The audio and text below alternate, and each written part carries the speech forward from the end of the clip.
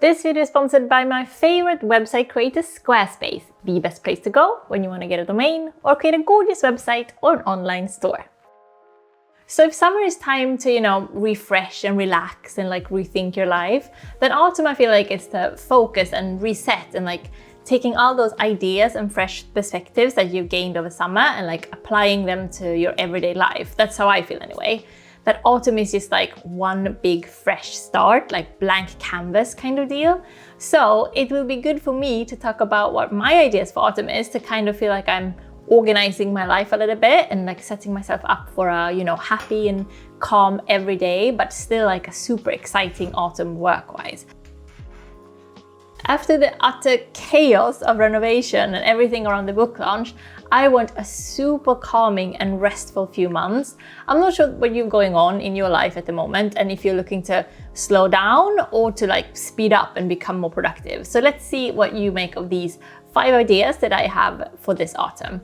Do tell me how you're doing. Are you feeling good or maybe worried in some way about this autumn? And do you have something that you want to accomplish or not accomplish these last months of the year? I want to know. Okay, first thing first, which I guess most people feel early autumn, not to mention January 1st, I need to sort out my diet a bit. Yes, summer is for relaxing and enjoying ourselves a bit more than usual, and I can definitely say that this summer I have enjoyed myself plenty. With everything around the book launch, and there has been a lot of events and social things this summer, plus feeling that you're kind of automatically in holiday mode just because the sun doesn't set until 10 p.m.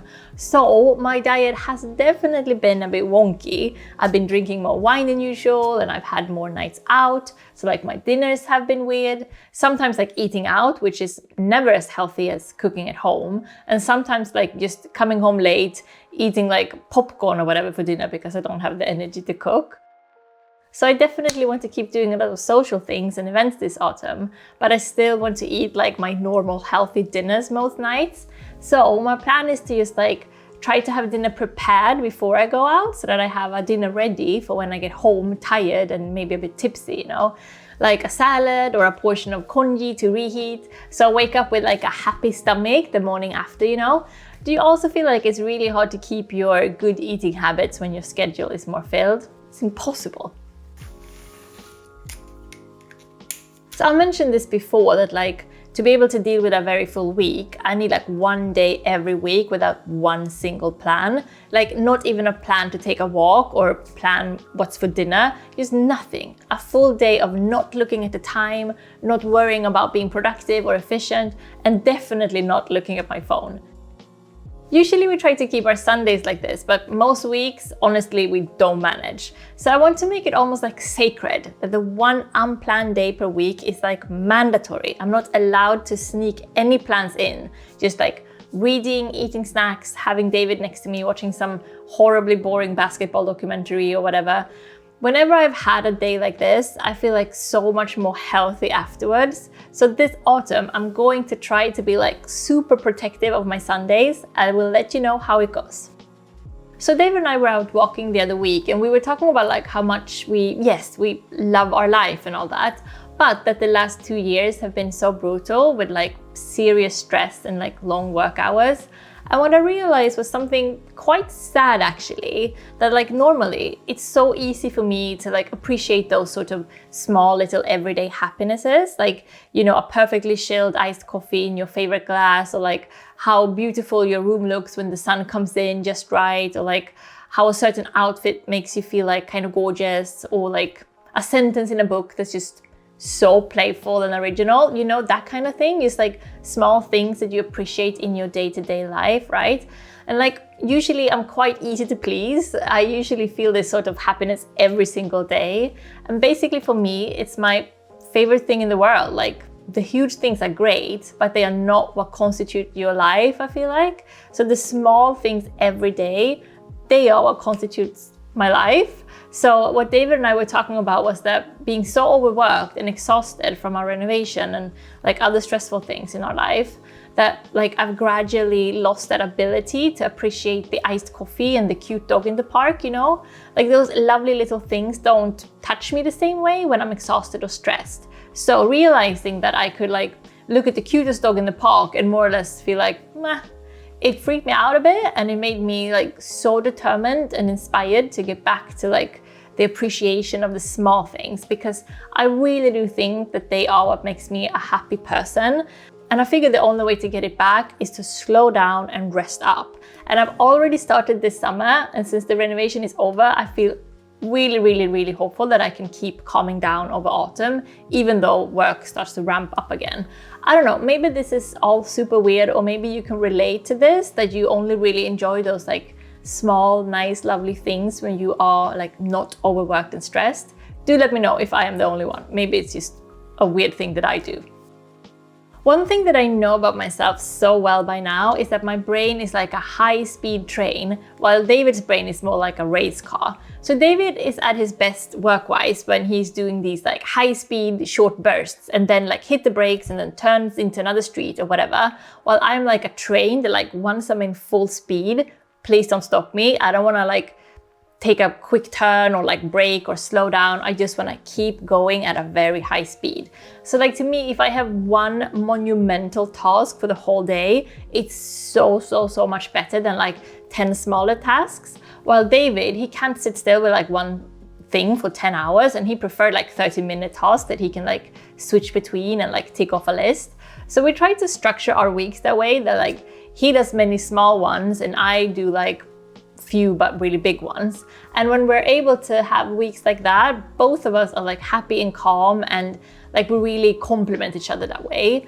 But those weeks when I have to like rush between all these like mini tasks, I get so frazzled and stressed out, and I feel like I can never focus and do a single thing well. And especially when it comes to writing, because if there ever was like a monumental task, it's writing a goddamn novel. Thousands and thousands of hours is like the most train-like and least race car-like job out there. And that's probably why I'm never as happy as when I'm writing, you know? It just suits me. So what I'm going to try to manage going forward, which is so hard but like so worth it, is to have a few weeks of doing one task and then a few weeks of doing another, instead of switching in between like my influencer work and my novel writing. So I've already started this because I was able to like prepare influencer content enough before summer so that I could have like 3 full weeks of writing in July. Because like, I don't know if you care one bit about this, but a huge thing for me is that I'm more or less done with the first draft of my second novel. I had already written most of it, the first draft, like 60,000 words in autumn, so I only had to finish another like 15,000-20,000 words. But those last 15,000 to 20,000, they were like the trickiest ones, because I had left the most important and emotional chapters till the end.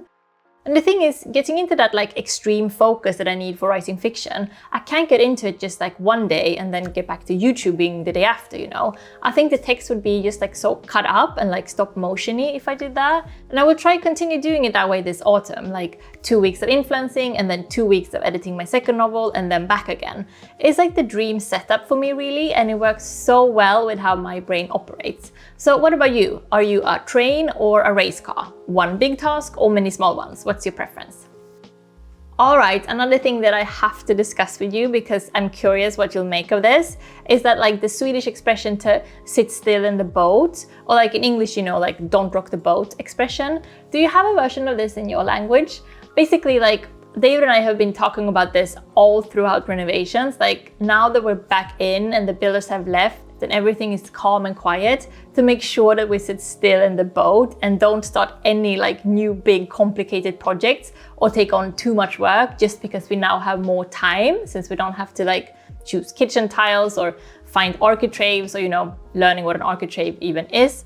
So do you also feel that way when you go like 100 miles an hour for a period of your life, that you get kind of addicted to the speed and to the feeling of things happening all the time?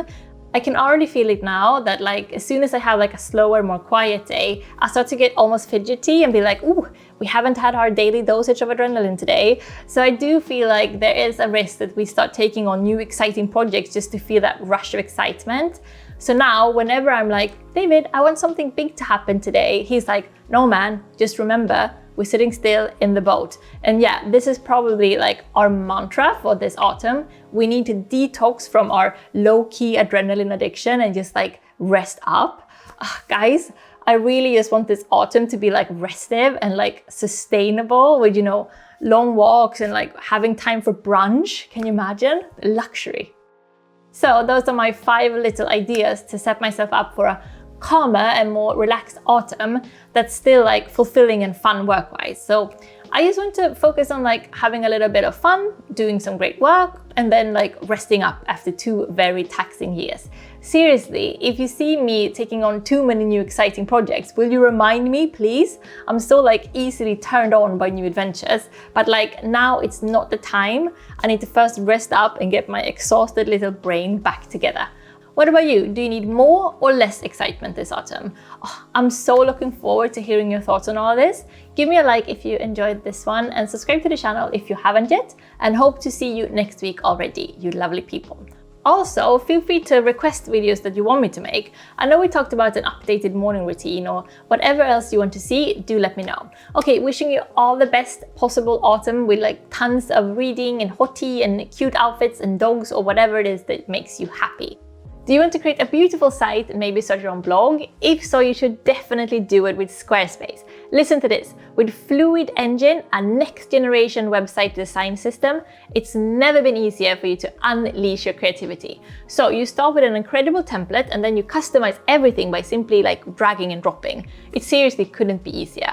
Squarespace is also amazing with blogging tools to share your stories, photos and videos to make it easy to reach your audience, and you can also auto-post your content to Twitter, Facebook or Tumblr. They also have great traffic analytics so that you can see how many people are visiting your site, how long they're staying for, where they're coming from and what they're interested in, like summer books or summer fashion or maybe interior design, for example.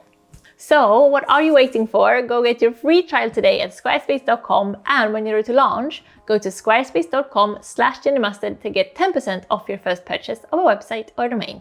Thank you so much for watching today, guys. That's it. See you next week, I hope. Puss puss!